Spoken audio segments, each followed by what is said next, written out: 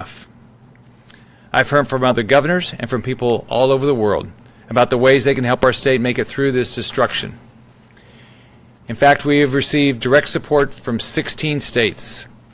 We've received National Guard. From Texas, we received Fish and Wildlife members. From Ohio, Incident Management Team. From Colorado, Emergency Operations Support Team. We've taken all help and all resources that have been offered. I know Florida is known for our beaches, our theme parks, and our college teams. But our most important asset is our people. Many people from all over this great country and world have asked me what they can do. If you'd like to give, text DISASTER to 20222 to make a one-time $10 donation. If you'd like to volunteer, volunteerflorida.org. Pray. I don't see prayer as a last resort. It should always be a first resort. We will continue to keep you updated as we go through this storm, but let me be very clear. We'll make it through this together. Hurricane Irma ya está impactando en nuestro estado. Este huracán es muy peligroso. Acuérdense que la vida de usted y su familia es lo más importante. Por favor, tengan cuidado. Cada familia ya debe de estar en un sitio seguro. Para más información, por favor llamen al 1-800-342-3557. También visiten mi cuenta de Twitter at @FLGov Scott para más información en inglés y español de Hurricane Irma. Mi prioridad es que todos, turistas, familias, todos en la Florida estén seguros y preparados. Now it's my distinct opportunity to turn it over to our Adjutant General. We have the best National Guard. Our National Guard is individuals that are putting their lives at risk when their own families' lives might be at risk. We've called up 7,000 members of National Guard. I've had opportunities. I've had calls from people from all over the country that want to provide as much support to our National Guard as possible. So, Adjutant General Mike Calhoun. Good morning. Thank you, Governor. The entire Florida National Guard has been activated, with more than 2,000 guardsmen supporting 200 of the over 500 shelters. More than 700 more guardsmen are preparing to set up food and water distribution sites as soon as the storm passes. We're working alongside FWC and Urban Search and Rescue to begin rescue missions as soon as it is safe. We're working closely with our counterparts from other National Guard and active duties. More than 10,000 National Guard troops are on their way into the state of Florida from 14 different states for deployment after the storm. Help is coming by air, land, and sea.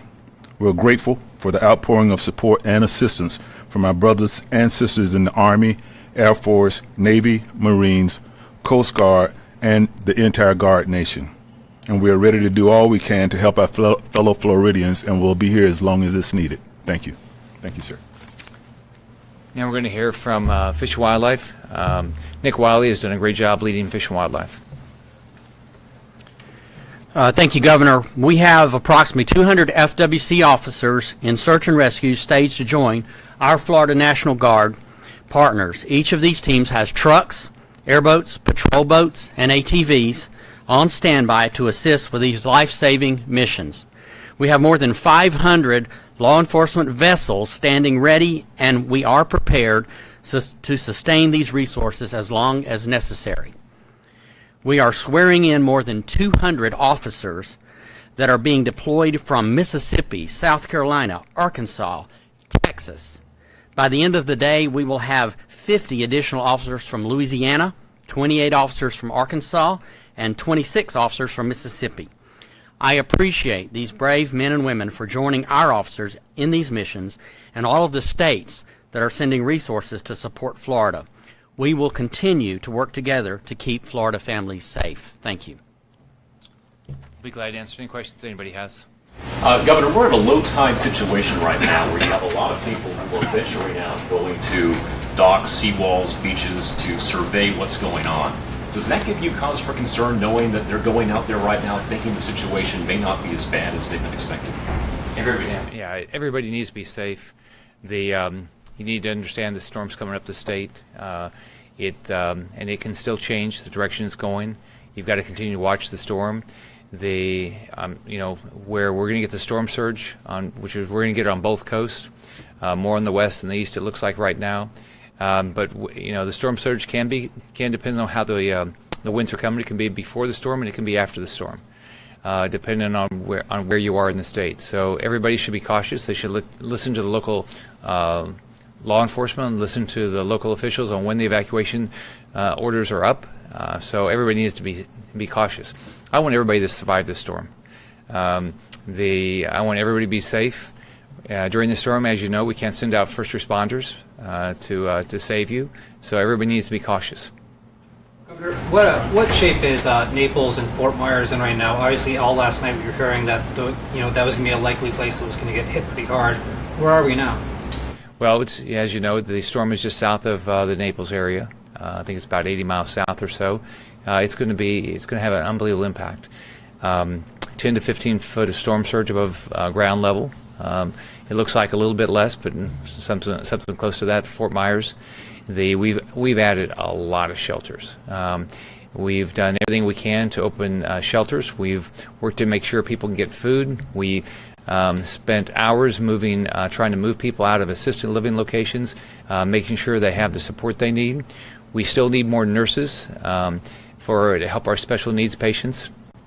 Right now, you can't get out in many parts of the state because of the weather. But after this passes, we're going to need more volunteers. And I hope more people will continue to volunteer, because this is going to be. We've got hopefully everybody survives the storm, and then we've got to make sure anybody that's in tough shape afterwards, we rescue them, and then we've got to start the process of restoring the state. I can tell you that. I'm proud of everybody here at the emergency management team. I'm proud of what the counties are trying to do. I'm thankful what the federal government's doing. I'm thankful the other states are offering resources. I know there's a lot of people are going to want to come in and help us, and I appreciate every one of them. Disaster declaration request, does that have an immediate effect, or is that just going to be something that resolves itself in days or weeks? Sure. The request that went into the president today will have three components. Public assistance, which will assist governments at all different levels, state, local. It'll assist charitable organizations, the municipal and cooperative utilities. That's going to be more, some of it will have an immediate assist on the terms of debris removal and emergency action. Some of it's going to be the longer term rebuilding of infrastructure. There's also a mitigation component which will allow us to harden infrastructure against future storms. The one that will have the biggest impact immediately is the individual assistance component that's going to go to individual Floridians to help them recover for this storm. So that's going to be the one that would be the most impactful right away. Storms passed, right? Correct, yes. It's going to take a few days for the declaration to come through and to put into place and for people to register. So it will take a few days, but it will be very quick. Brian or Governor, there was I know there was an 11:15 call that might have been the first chance to see what type of damage Monroe County, Miami-Dade, Broward, and even Collier is seeing. Any reports yet of the damage left after the storm passed by? Well, when we were on the call, clearly Monroe needs a lot of support. They're not able to get out yet and really assess exactly what they need, but they know there's water over US 1. If you think about what do we have to do down there, we got to make sure we get US 1 open. There's one road down there, right? We got to get make sure all those bridges, survive this, because one bridge, then everybody south of the bridge is stranded. We've got to find out what the airports are like. So the storm is still passing there. The storm surge, we'll see how bad that is down there. But you can watch, what you see on TV is exactly what you're hearing from Miami. They've got a lot of wind, and they'll get the same storm surge as the storm moves north. Sure. Up here in the Panhandle, obviously the storm's kind of taking people by surprise. I think even Tallahassee thought there was going to be a near miss a couple days ago. Now the city's in kind of the center of the cone. What preparations are being done as of right now, especially with gas? Because I know there's a bit of a shortage. We have been working on getting gas into the state for this entire week. Unfortunately now our ports are closed, which were our primary ports for gas are Tampa and Port Everglades. We are the Corps here. We are working with them to make sure as soon as the storm passes, we can get those ports open to get fuel here. We will provide escorts again, law enforcement escorts to the carriers to get to the gas stations as much as possible. I waived the fuel tax to see if we can get more gas into the state. We've done everything we can to get as much fuel here as possible. I know there's been lines, there's been outages, but we're going to work every day to keep doing it. It'll be really important to get the ports back open, and I know it's something that the ports have already talked to the Army Corps to make sure they know a process to get that done as quickly as they can.